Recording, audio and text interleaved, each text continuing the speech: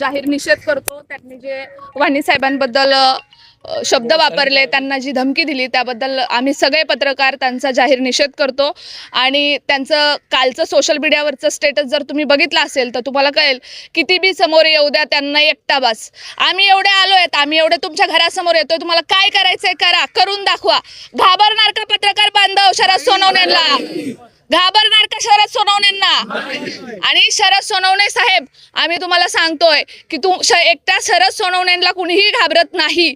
तुम्हाला जे संविधानिक पद भेटलंय ना, त्यामुळे तुमचा आदर केला जातो। पण जर तुम्ही छत्रपती शिवाजी महाराजांचं नाव घेऊन जर ह्या सगळ्या समाजाला भुलभुलैया करत असेल तर तुम्हाला हा समाज तुमची जागा दाखवल्याशिवाय शांत बसणार नाही। या निमित्तानं मी तुम्हाला सांगते आणि आमदार शरद सोनवणे यांचा सगळ्या पत्रकार बांधवांच्या वतीने मी जाहीर निषेध करते। पत्रकार एकजुटीचा त्यानंतर संजू कादंतो।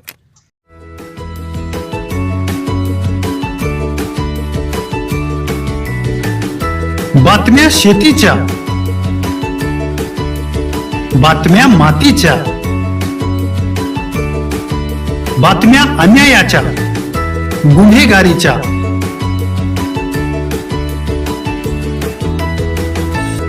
राजकारणाच्या आणि समाजकारणाच्या, शोषणाविरुद्ध बुलंद आवाज, जनसामान्यांच्या हुंकाराची गाज, सत्कार्याला प्रोत्साहन, दुष्कृत्याला अनुशासन,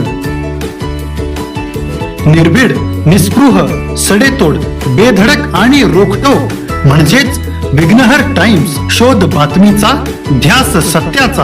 आपलं चॅनल, आपली बातमी।